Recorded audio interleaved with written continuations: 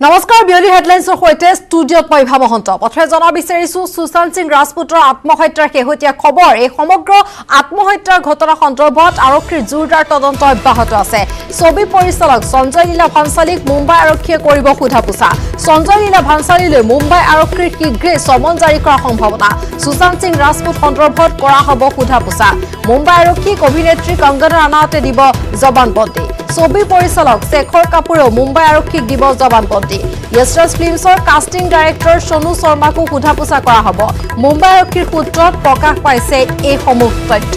পুনৰবাৰ জনাব বিচাৰিছো সুশান্ত সিং ৰাজপুতৰ আত্মহত্যা সমগ্ৰ ঘটনা সন্দৰ্ভত আৰক্ষীৰ জোৰদাৰ তদন্ত অব্যাহত আছে শেহতীয়াকৈ ছবি পৰিচালক সঞ্জয় লীলা ভাঞ্চালীক মুম্বাই আৰক্ষীয়ে সোধাপোছা কৰিব বুলি জানিব পৰা গৈছে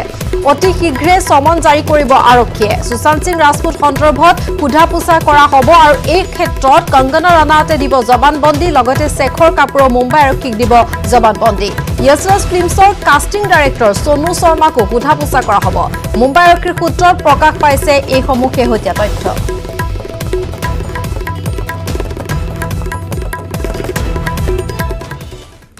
ৰাজ্য খবৰলৈ আহিছো ধেমাজিৰ চিচিবৰ গাঁৱৰ 15 নম্বৰ ৰাষ্ট্ৰীয় ঘাইপথত এক ভয়ানক দুৰ্ঘটনা গেলুৱা নৈ ৰেলিংবিহীন দলঙৰ পৰা বুৱতী নৈয়ে পৰিল ছুইফট ডিজায়াৰ গাড়ীৰ ভিতৰৰ পৰা মাতৃ কন্যাক উদ্ধাৰ কৰা হৈছে এতিয়া নদীৰ সন্ধানহীন পিতৃ কন্যা আৰু চালক মাতৃ কন্যাক উদ্ধাৰ কৰি চিকিৎসালয়লৈ প্ৰেৰণ কৰা হৈছে এছডিআৰএফৰ উদ্ধাৰ অভিযান অব্যাহত চিলাপথাৰলৈ এখন বিয়ালৈ গৈ আছিল আটাইকেইজন লোক আৰু বিয়ালৈ গৈ থকা অৱস্থাতে এনেদৰে দুৰ্ঘটনাগ্ৰস্ত হৈছে এখন বাহন আৰু ইতিমধ্যে আমি জনাইছো যে গাড়ীৰ ভিতৰৰ পৰা ইতিমধ্যে মাতৃ কন্যাক উদ্ধাৰ কৰা হৈছে কিন্তু এতিয়াও সন্ধানহীন হৈ আছে পিতৃ কন্যা আৰু চালক মাতৃ কন্যাক উদ্ধাৰ কৰি চিকিৎসালয়লৈ প্ৰেৰণ কৰা হৈছে দৃশ্য দেখুৱাইছো এছডিআৰএফে উদ্ধাৰ অভিযান অব্যাহত ৰাখিছে চিলাপথাৰলৈ এখন বিয়ালৈ গৈছিল এই পৰিয়ালটো আৰু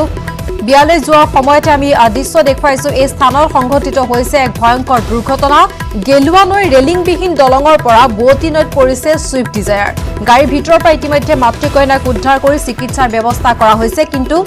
নদীত এতিয়াও সন্ধানহীন হৈ আছে পিতৃ আৰু চালক মাতৃ কন্যাক উদ্ধাৰ কৰি চিকিৎসাৰ ব্যৱস্থা কৰা হৈছে আৰু পিতৃ আৰু লগতে এই বাহনৰ চালকক উদ্ধাৰৰ বাবে এছডিআৰএফে অভিযান অব্যাহত ৰাখিছে হুকাবহ দুৰ্ঘটনা পথ দুৰ্ঘটনা সংঘটিত হৈছে ধেমাজিৰ চিচিবৰ গাঁৱত 15 নম্বৰ ৰাষ্ট্ৰীয় ঘাইপথতে এই ঘটনা আৰু স্থানীয় লোকসকলে অভিযোগ উত্থাপন কৰিছে যে গেলুৱা নৈ যিখন দলঙত এই ঘটনা সংঘটিত হৈছে ৰেলিং নাছিল কোনো ৰেলিঙৰ ব্যৱস্থা নাছিল আৰু ৰেলিংবিহীন দলঙৰ পৰা এনেদৰে বুৱতী নৈত পৰিছে ছুইফট ডিজায়াৰখন আৰু তাৰ পিছতে এই ভয়ংকৰ পথ দুৰ্ঘটনা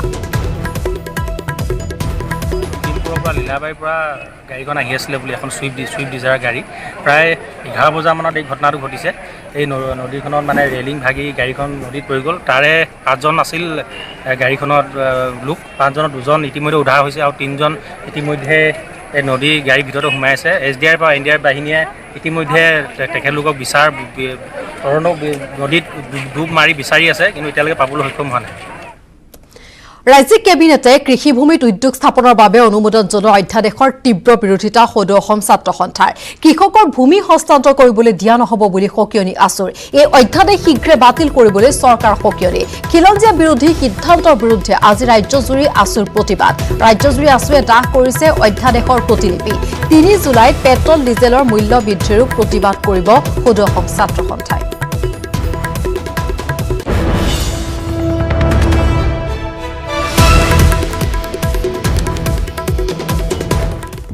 ডুমডুমাৰ ৰাজপথত আছুৰ প্ৰতিবাদ ৰাজ্য চৰকাৰ নতুন ভূমি নীতি 2020ৰ প্ৰতিলিপি দাখ কৰি প্ৰতিবাদ কেবিনেটৰ ৰাজ্য চৰকাৰে যি ভূমি নীতি গ্ৰহণ কৰিছে তাৰ বিৰোধিতাৰে প্ৰতিবাদ সাব্যস্ত কৰা হৈছে আৰু ইতিমধ্যে আমি জনাইছো যিহেতু আজি সমগ্ৰ ৰাজ্যজুৰি এই প্ৰতিবাদী কাৰ্যসূচী হাতত লোৱা হৈছে আৰু ডুমডুমাৰ দৃশ্য আমি এই মুহূৰ্তত দেখুৱাইছো ডুমডুমাত তেনেদৰে ৰাজ্য চৰকাৰ নতুন ভূমি নীতি 2020ৰ প্ৰতিলিপি দাখ কৰি প্ৰতিবাদ সাব্যস্ত কৰা হৈছে কেবিনেটৰ ৰাজ্য চৰকাৰে যি ভূমি নীতি গ্ৰহণ কৰিছে তাৰ বিৰোধিতাৰে এই প্ৰতিবাদী কাৰ্যসূচী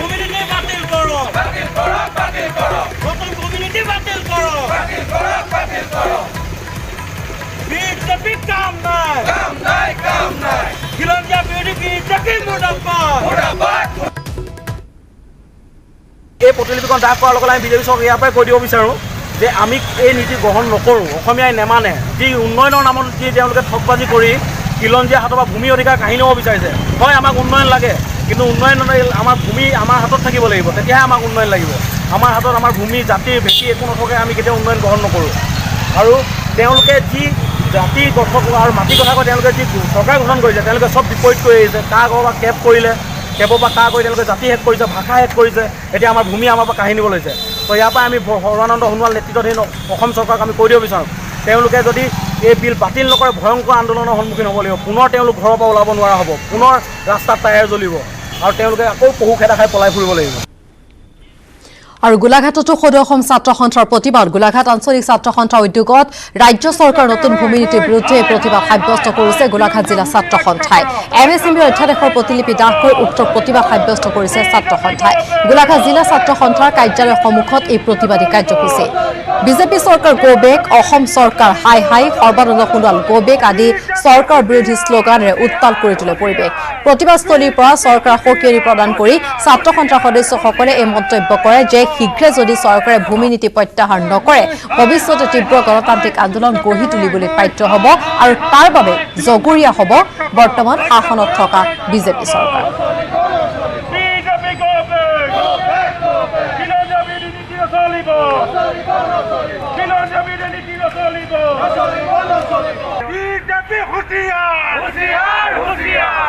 জাতিৰ মাটিৰ ভেটিৰ শ্লোগান দিয়া এইখন অসম চৰকাৰে প্ৰতিটো মুহূৰ্ততে অসমৰ খিলঞ্জীয়া মানুহৰ বিৰুদ্ধে তেখেতলোকে সিদ্ধান্ত গ্ৰহণ কৰি আহিছে। জাতিৰ মাটিৰ ভেটিৰ দোহাই দি যে জাতিৰ অস্তিত্ব সংকটত পেলালে। এতিয়া মাটি আৰু ভেটিৰ ক্ষেত্ৰত খিলঞ্জীয়াৰ বিৰুদ্ধে গৈ এইখন চৰকাৰ কেবিনেটত যি সিদ্ধান্ত লৈছে, যি ভূমি নীতি প্ৰস্তুত কৰিছে, এই নীতি খিলঞ্জীয়া বিৰোধী আৰু এই নীতি ছাত্ৰ সন্থাই কেতিয়াও মানি নলয়। আজি এই ভূমি নীতিৰ অধ্যাদেশখনত জ্বলাই আমি এটাই প্ৰতিবাদ কৰিব বিচাৰিছোঁ, অসম চৰকাৰক জনাব বিচাৰিছোঁ যে এই ভূমি নীতি আমি মানি নলওঁ আৰু খিলঞ্জীয়া ভূমি সদায় সুৰক্ষিত হৈ থাকিব লাগিব। এই ভূমি অধিকাৰ খিলঞ্জীয়া হাতত অটুট থাকিব লাগিব আৰু ভৱিষ্যতৰ দিনতো এনেকুৱা খিলঞ্জীয়া বিৰোধী নীতিৰ পৰা আঁতৰি থাকিবৰ কাৰণে এইখন বিজেপি চৰকাৰক আমি সক্ৰিয় আৰু সচেতন হৈ থাকিবৰ কাৰণে আৰু বাইহাটা চাৰিআলিতো সদৌ অসম ছাত্ৰ সন্থাৰ প্ৰতিবাদ। সদৌ অসম ছাত্ৰ সন্থাৰ আহ্বান মৰ্মে পূব কামৰূপ ছাত্ৰ সন্থাই পালন কৰে এই প্ৰতিবাদ। অসম চৰকাৰৰ কেবিনেট খিলঞ্জীয়াৰ পৰা ভূমিৰ অধিকাৰ কাঢ়ি লৈ বহিৰাগত উদ্যোগপতিক ভূমি প্ৰদান কৰাৰ কূটকৌশল ৰচনা কৰাৰ বিৰুদ্ধাচৰণ কৰি অনুষ্ঠিত কৰে এই প্ৰতিবাদ। লগতে কেবিনেটে সিদ্ধান্ত গ্ৰহণ কৰা নথিপত্ৰৰ প্ৰতিলিপি দাখ কৰে। উদ্যোগপতি কৃষিভূমি গতাই দিয়া কাৰ্যক পূব কামৰূপ ছাত্ৰ সন্থাই ধিক্কাৰ দিয়াৰ লগতে অনাগত দিনত তীব্ৰ আন্দোলন কৰাৰ কথাও উল্লেখ কৰে। জাতি মাটি ভেটিৰ কথা কোৱা সৰ্বানন্দ সোণোৱালে প্ৰতাৰণা কৰাৰ কথা উল্লেখ কৰে আছু কৰ্মীসকলে।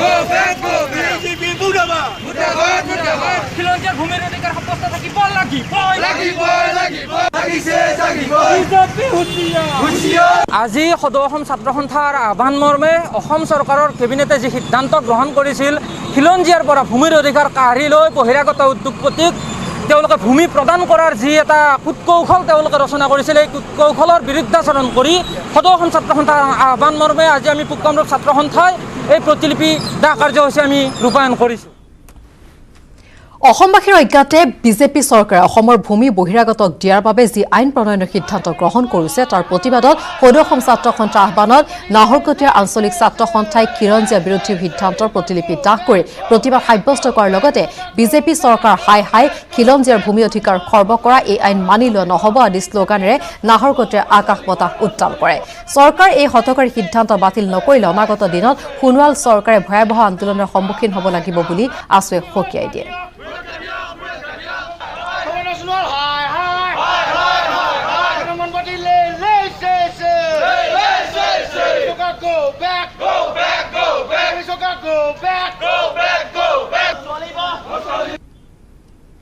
অসমৰ খিলঞ্জীয়া মানুহৰ যি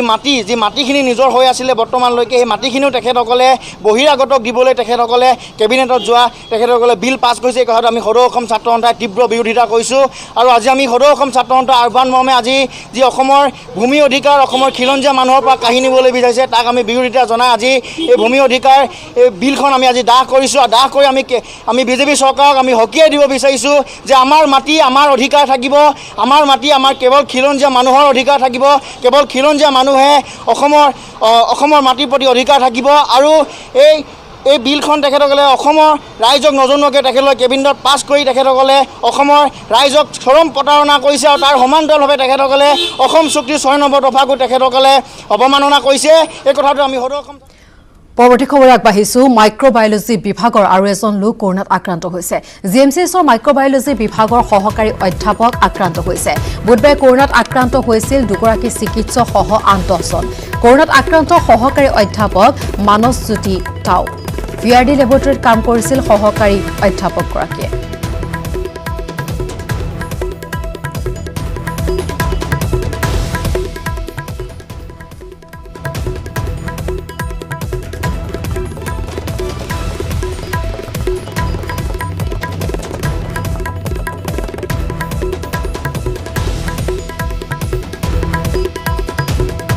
পাছত গুৱাহাটী মহানগৰীৰ জাপৰিকোকৰ মানিকনগৰ সৃষ্টি হৈছে চাঞ্চল্য। আৰক্ষীৰ গাড়ী দেখি নলাত জঁপিয়ালে এজনে। দীৰ্ঘ সময় ধৰি নলাত আবদ্ধ হৈ থাকিল লোকজন। ঘটনাস্থলীত উপস্থিত হৈ আৰক্ষী আৰু অগ্নি নিৰ্বাপক বাহিনীৰ লোকে উদ্ধাৰৰ চেষ্টা কৰে। দীৰ্ঘ সময় কৰা চেষ্টাৰ অন্তত নলাৰ পৰা উলিয়ালে লোকজনক। স্থানীয় লোকৰ ভাষ্য অনুসৰি লোকজন মানসিক বিকাৰগ্ৰস্ত বুলি জানিব পৰা গৈছে।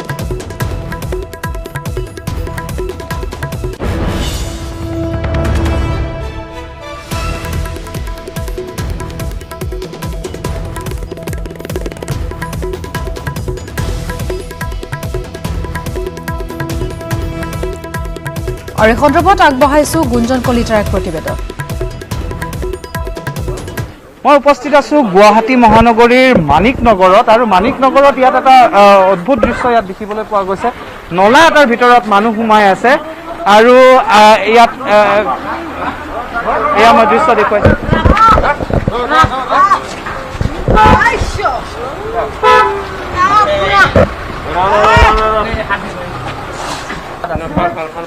আমি ৰাইজে কোৱা মতে এজন মানসিক বিকাৰগ্ৰস্ত লোক, তেখেত হয়তো পুলিচ দেখা পাই তেখেত ইয়াতে সোমাই গৈছে।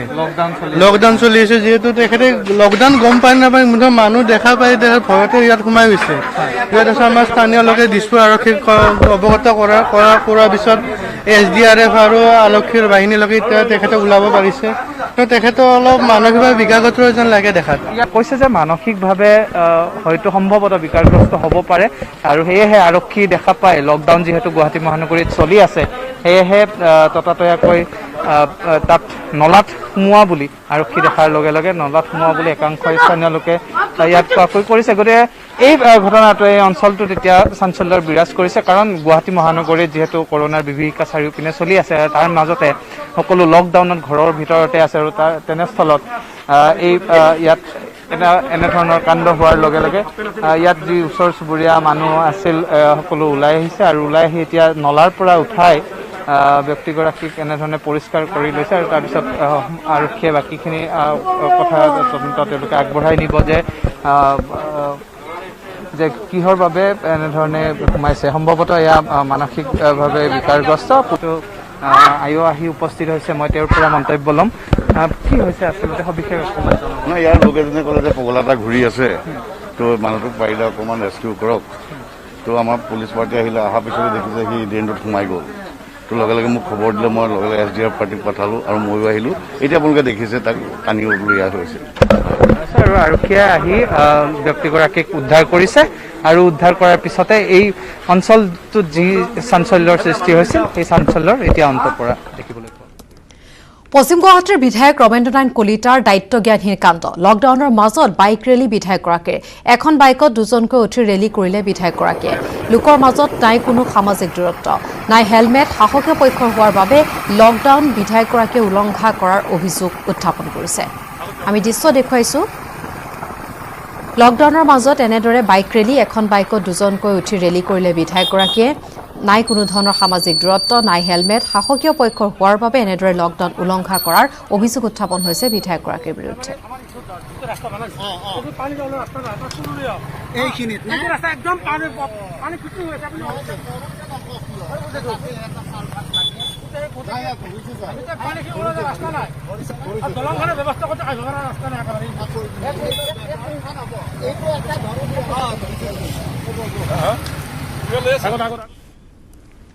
ৰহাৰ কামপুৰৰ দীঘলী ডুবাত এক শিহৰণকাৰী দৃশ্য নাৱৰ পৰা পৰি যোৱা এটি শিশুক উদ্ধাৰ কৰে স্থানীয় লোকে ভৰা পানীৰ মাজত নাৱৰ পৰা পৰিছিল এটি শিশু কেমেৰাত বন্দী হ'ল শিশুটিক উদ্ধাৰ কৰাৰ এই শিহৰণকাৰী দৃশ্য স্থান হৈছে ৰহাৰ কামপুৰৰ দীঘলী ডুবা নাৱৰ পৰা পৰি যোৱা এটি শিশুক উদ্ধাৰ কৰিছে স্থানীয় লোকে ভৰা পানীৰ মাজত নাৱৰ পৰা পৰিছিল এই শিশুটি কেমেৰাত বন্দী হৈছে শিশুটিক উদ্ধাৰ কৰাৰ এই শিহৰণকাৰী দৃশ্য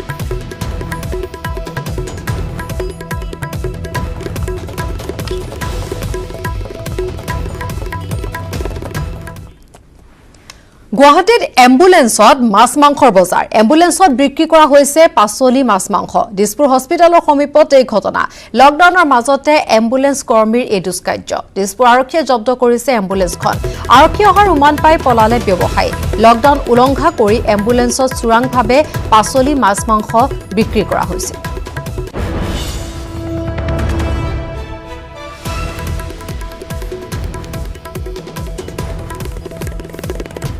হয় গোপনীয়ভাৱে খবৰ পোৱা গৈছিল যে এখন এম্বুলেন্সৰ ভিতৰত কিছুমান মাছ মাংস চব্জি কিবা বিক্ৰী কৰি থকা বুলি খবৰ পাইছিলোঁ আৰু এতিয়া আমি আহিলোঁ পাৰ্টি লৈ আহিলোঁ আৰু দেখোঁ যে আমাক দেখি ইতিমধ্যে মানুহবিলাক পলাইছে কিন্তু এম্বুলেন্সৰ ভিতৰত চব্জি কিছুমান পোৱা গৈছে এতিয়া এম্বুলেন্সৰ ভিতৰত খাদ্য সামগ্ৰী এনেধৰণে বিক্ৰী কৰিছে তেওঁলোকৰ অপৰাধটো কেনেধৰণৰ ডেফিনেটলি তেওঁলোকে ধৰি লওক এইটো ষ্ট্ৰেট কৰি আছে গতিকে যিহেতু লকডাউন চলি আছে লকডাউনত তেওঁলোকে তেনেকুৱা কোনো ধৰণৰ বস্তু বিক্ৰী কৰিব নোৱাৰিব তাকো এম্বুলেন্সত তাতে এম্বুলেন্সৰ ভিতৰত গতিকে এইটো আমি এতিয়া চেজ কৰি লৈ যাম চেজ কৰি লৈ যাম আমি মই উপস্থিত আছোঁ গণেশগুৰিত আৰু গণেশগুৰিৰ এয়া হৈছে দিছপুৰ হস্পিটেলত সোমোৱা হৈছে পথ আৰু এই এখন এম্বুলেন্স ইয়াত দেখিছে আৰু এম্বুলেন্সখনৰ ভিতৰত কি আছে সেয়া দেখিলেহে আপোনালোকৰ চকু কপালত উঠিব এম্বুলেন্সখনৰ ভিতৰত কোনো ৰোগী নাই এম্বুলেন্সখনৰ ভিতৰত কোনো কৰোনা আক্ৰান্ত হোৱা মানুহ নাই এম্বুলেন্সখনৰ ভিতৰত ৰখা হৈছে বিভিন্ন খাদ্য সামগ্ৰী শাক পাচলি আৰু ইয়াৰ পৰা ৰাতিপুৱাৰ ভাগৰ পৰা ইয়াৰ একাংশ ইয়াত ব্যৱসায় কৰি আছিল ব্যৱসায় চলাই আছিল ইয়াত দেখিছে যে ভাত কেৰেলা সকলো ইয়াত বস্তু আছে আৰু আৰক্ষী এতিয়া আহি পোৱাৰ লগে লগে সকলো ইয়াৰ পৰা ছত্ৰভংগ দিছে আৰু দিছপুৰ আৰক্ষীয়ে খবৰ পোৱা মাত্ৰকে তেওঁলোকে আহি ইয়াত উপস্থিত হৈছে আৰু এয়া মই দৃশ্য দেখুৱাইছোঁ যে বিভিন্ন ধৰণৰ পাচলি ইয়াত ৰাখি থোৱা হৈছে আৰু যেতিয়া আৰক্ষীৰ উমান পোৱাৰ লগে লগে ইয়াৰ পৰা পলাই পত্ৰং দিছে ব্যৱসায়ীসকলে আৰু আনফালে মই দেখুৱাইছোঁ এটা নেমুৰ এটা বস্তা এটা ইয়াত দেখিবলৈ পোৱা গৈছে নেমুৰ বস্তাটো এনেধৰণে এৰি পলায়ন কৰা দেখিবলৈ পোৱা গৈছে গতিকে আৰক্ষীৰ ভাষ্য ল'ম গতিকে কেনেধৰণৰ ব্যৱস্থা গ্ৰহণ কৰিব কাৰণ আজি চতুৰ্থটো দিন গুৱাহাটী মহানগৰীৰ লকডাউনত আৰু লকডাউনৰ মাজতে গুৱাহাটীৰ গণেশগুৰিত এই একাংশ এনেধৰণে এম্বুলেন্সৰ ভিতৰত তাকো তেওঁলোকে পাচলি খাদ্য সামগ্ৰী আনিছিল আনি এতিয়া এনেধৰণে বিক্ৰী কৰি থকা অৱস্থাতে খবৰ পোৱা মাত্ৰকে দিছপুৰ আৰক্ষীয়ে আহি উপস্থিত হৈছে গতিকে সবিশেষ আমি জানিম যে কেনেধৰণৰ ব্যৱস্থা গ্ৰহণ কৰা হ'ব এতিয়া আৰক্ষীয়ে বিচাৰি চলাথ কৰিছে যে ক'ত আছে ক'ত তেওঁলোকে পলাইছে ব্যৱসায়ীসকল ক'ত গৈছে কেনেধৰণে আপোনালোকে খবৰটো পালে এচিপি হিমাংশু দাস ডাঙৰীয়া আমাৰ সৈতে আছে সবিশেষ জনাব নেকি যে এম্বুলেন্সৰ মাজত এনেধৰণে খাদ্য সামগ্ৰী বিক্ৰী কৰি আছে হয় গোপনীয়ভাৱে খবৰ পোৱা গৈছিল যে এখন এম্বুলেন্সৰ ভিতৰত কিছুমান মাছ মাংস চব্জি কিবা বিক্ৰী কৰি থকা বুলি খবৰ পাইছিলোঁ আৰু এতিয়া আমি আহিলোঁ পাৰ্টি লৈ আহিলোঁ আৰু দেখোঁ যে আমাক দেখি ইতিমধ্যে মানুহবিলাক পলাইছে কিন্তু এম্বুলেন্সৰ ভিতৰত চব্জি কিছুমান পোৱা গৈছে এতিয়া এম্বুলেন্সৰ ভিতৰত খাদ্য সামগ্ৰী এনেধৰণে বিক্ৰী কৰিছে তেওঁলোকৰ অপৰাধটো কেনেধৰণৰ হ'ব ডেফিনেটলি তেওঁলোকে ধৰি লওক এইটো ষ্ট্ৰেট কৰি আছে গতিকে যিহেতু লকডাউন চলি আছে লকডাউনত তেওঁলোকে তেনেকুৱা কোনো ধৰণৰ বস্তু বিক্ৰী কৰিব নোৱাৰিব তাকো এম্বুলেন্সত তাতে এম্বুলেন্সৰ ভিতৰত গতিকে এইটো আমি এতিয়া চেজ কৰি লৈ যাম চেজ কৰি লৈ যাম আমি বিহিত এম্বুলেন্সখন আপোনালোকে ডেফিনেটলি এম্বুলেন্সখনো চিজ কৰিব আৰু এম্বুলেন্সখন যিখন হস্পিটেলৰ হয় তেওঁলোকৰ ওপৰতো বিশেষ ব্যৱস্থা আৰক্ষীয়ে গ্ৰহণ কৰিব কাৰণ গুৱাহাটী মহানগৰীৰ আজি লকডাউনৰ চতুৰ্থটো দিন আৰু চতুৰ্থ দিনা ইতিমধ্যে চাৰিওপিনে সকলো দোকান পোহাৰ বন্ধ কিন্তু তাৰ মাজতে এখন এম্বুলেন্সত এনেধৰণে খাদ্য সামগ্ৰী মজুত কৰি বিক্ৰী কৰি থকাৰ খবৰ পোৱা মাত্ৰকে দিছপুৰ আৰক্ষী আহি এই ঘটনাস্থলীত উপস্থিত হৈছে আৰু ইয়াৰ পৰা এতিয়া এম্বুলেন্সখন সহ এই সামগ্ৰী সকলো জব্দ কৰা হ'ব খাদ্য সামগ্ৰী সকলো জব্দ কৰি আৰক্ষীয়ে লৈ যাব আৰু কৈছে যে লকডাউনৰ মাজত এনেধৰণে মই নাম্বাৰটো কৈ দিছোঁ AS01JC 8718 এই নম্বৰৰ এম্বুলেন্স এখন পোৱা গৈছে আৰু এম্বুলেন্সখন কাৰ হয় সকলোখিনি তদন্ত কৰাৰ পিছত আৰক্ষীয়ে বিহিত ব্যৱস্থা গ্ৰহণ কৰিব কিন্তু ঘটনাস্থলীত কাকো গ্ৰেপ্তাৰ কৰিবলৈ সক্ষম আৰক্ষী নহ'ল সকলো আৰক্ষীৰ অহাৰ উমান পোৱাৰ লগে লগে সকলোৱে পলাই পৰৱৰ্তী খবৰ ভাৰতত ভয়ংকৰভাৱে বৃদ্ধি হৈছে কৰোনা আক্ৰান্তৰ সংখ্যা 6 লাখৰ ঘৰ অতিক্ৰম কৰিছে কৰোনা আক্ৰান্তৰ সংখ্যাই 6,04,641 গৰাকী লোক কৰোনাত আক্ৰান্ত হৈছে বৰ্তমানলৈকে কৰোনাৰ প্ৰাণ ললে 17,834 জনৰ বিগত 24 ঘণ্টাত 434 জন লোকৰ মৃত্যু হৈছে এদিনত 19,148 জন লোক কৰোনাত আক্ৰান্ত হৈছে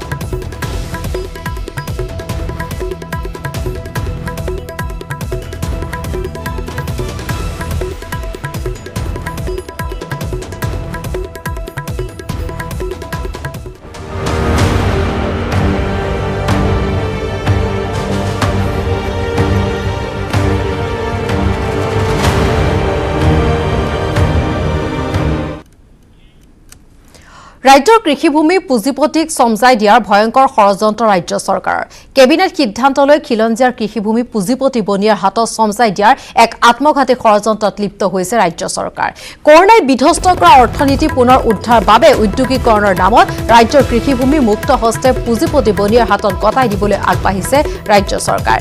29 জুনত অনুষ্ঠিত কেবিনেট বৈঠকত জাতি মাটি ভেটি ৰক্ষাৰ শ্লোগান দিয়া চৰকাৰখনে গ্ৰহণ কৰিছে এই সিদ্ধান্ত কেবিনেটৰ সিদ্ধান্ত মৰ্মে কৃষিভূমিত উদ্যোগ স্থাপনৰ বাবে এতিয়াৰ পৰা নালাগে চৰকাৰৰ অনুমতি সেলফ ডিক্লেৰেশ্যনৰ জৰিয়তে যিকোনো লোকে কৃষিভূমি স্থাপন কৰিব পাৰিব ক্ষুদ্ৰ আৰু মজলীয়া উদ্যোগ কেৱল উদ্যোগ বিভাগক এখন আবেদন দি যিকোনো লোকে কৃষিভূমিত উদ্যোগ স্থাপন কৰিব পাৰিব 3 বছৰলৈ নালাগে কোনো অনুমতি কোনো অনুজ্ঞাপত্ৰ ইয়াৰ বাবে কৃষিভূমিক উদ্যোগিক ভূমিলৈ ৰূপান্তৰ কৰাৰ বাবে নালাগে কোনো অনুমতি এই সিদ্ধান্তক ঐতিহাসিক সিদ্ধান্ত আখ্যা দি চৰকাৰে দৰিদ্ৰ উপায়ন্তৰ আৰ্থিকভাৱে পিছপৰা কৃষক ৰাজ্যলৈ মাতি আনিছে অশনি সংকেত ইয়াৰ জৰিয়তে পুঁজিপতি বনিয়া আৰু লাভখোৰ একাংশ ব্যৱসায়ীয়ে অসমৰ কৃষিভূমি দখল কৰাৰ পথ সুগম হৈ পৰিল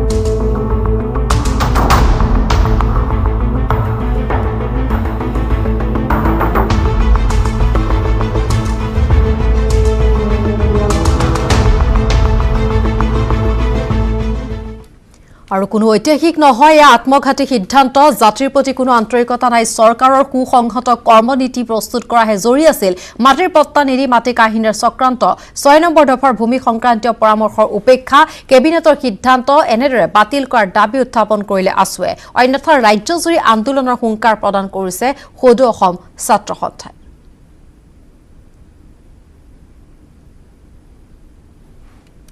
উদ্যোগিক খণ্ডলৈ তেওঁলোকে কোনো ধৰণৰ আগৰ পুৰণা যিবোৰ অনুমতি ল'ব লাগে ৰেভিনিউ ডিপাৰ্টমেণ্টৰ বা চৰকাৰৰ যি অনুমোদন লাগে কোনো ধৰণৰ অনুমোদন নোহোৱাকৈ সেলফ ডিক্লেৰেশ্যন দিয়ে এই মাটি তেওঁলোকে উদ্যোগিক কামৰ কাৰণে ব্যৱহাৰ কৰিব পাৰিব অৰ্থাৎ অসমৰ মানুহৰ যি ভূমিৰ অধিকাৰ এই ভূমিৰ অধিকাৰ ক্ষুণ্ণ কৰি কৃষিৰ মাটি যি আছে এই মাটি তেওঁলোকে বনিয়াসকলৰ হাতত বহিৰাগত বনিয়াৰ হাতত অৰ্পণ কৰিবৰ কাৰণে চিন্তা চৰ্চা কৰিছে এইটো এটা খিলঞ্জীয়া বিৰোধী সিদ্ধান্ত আৰু চৰকাৰে যি কথা বিগত সময়ছোৱাত কৈ আছিল যে খিলঞ্জীয়া মানুহৰ মাটি ভূমি সুৰক্ষিত কৰিব এখন শক্তিশালী ভূমি আইন প্ৰণয়ন কৰিব ব্ৰহ্ম কমিটিৰ যোগেদি এখন প্ৰতিবেদন তৈয়াৰ কৰিছিল বা বিভিন্ন ধৰণৰ তেওঁলোকে শক্তিশালী ভূমিকা ল'বৰ কাৰণে তেওঁলোকে চিন্তা চৰ্চা কৰিছিল কিন্তু তাৰ বিপৰীতে দেখা গ'ল যে তেওঁলোকৰ জাতি মাটি ভেটিৰ সুৰক্ষিত ভৱিষ্যতৰ যি শ্লোগান এইটো কেৱল মাত্ৰ সভায় সমিতিয়ে মুখ্যমন্ত্ৰীয়ে দি থকা শ্লোগানৰ বাহিৰে তেওঁলোকৰ আন একো নহয় তেওঁলোকে যে অসমৰ খিলঞ্জীয়া মানুহৰ ভূমিৰ অধিকাৰ যে সুৰক্ষিত নকৰে তাৰ বিপৰীতে বহিৰাগত বনিয়া আৰু বহুজাতিক কোম্পানীৰ হাতত আমাৰ কৃষিভূমি অৰ্পণ কৰিবৰ কাৰণে উঠি পৰি যে তেওঁলোকে ষড়যন্ত্ৰ ৰচনা কৰিছে এই কথাই প্ৰমাণ হৈ গ'ল আৰু এই কথাৰ যোগেদি তেওঁলোকৰ খিলঞ্জীয়া বিৰোধী চিন্তা খিলঞ্জীয়া বিৰোধী সিদ্ধান্ত এইটো স্পষ্ট ৰূপত প্ৰমাণিত হৈ গ'ল আৰু এই কথাৰ আমি বিৰোধিতা কৰিছোঁ ইয়াৰ প্ৰতিবাদ জনাই আজি সমগ্ৰ অসমত কাৰ্যসূচী হ'ব আৰু চৰকাৰক স্পষ্টভাৱে হকিয়াই ক'ব খুজিছোঁ এই যি খিলঞ্জীয়া বিৰোধী যি সিদ্ধান্ত অসমৰ মাটিৰ অধিকাৰ কাহিনীয়াৰ যি ষড়যন্ত্ৰ এই ষড়যন্ত্ৰ বন্ধ হ'ব লাগিব কেবিনেটৰ এই সিদ্ধান্ত বাতিল হ'ব লাগিব আৰু যদি এই সিদ্ধান্ত বাতিল নকৰে আগন্তুক দিনত ছাত্ৰ সন্থাই অসমৰ জাতীয় বিভিন্ন দল সংগঠনক লৈ ঐক্যবদ্ধভাৱে অসমৰ জনতাক লৈ ইয়াৰ বিৰুদ্ধে প্ৰবল প্ৰতিবাদী সংগ্ৰাম আমি ধাৰাবাহিকভাৱে অব্যাহত ৰাখিম চৰকাৰ নতুন ভূমি নীতি সন্দৰ্ভত বিৰোধী দলপতি দেৱপথ শইকীয়াৰো প্ৰতিক্ৰিয়া ব্যক্ত কৰিছে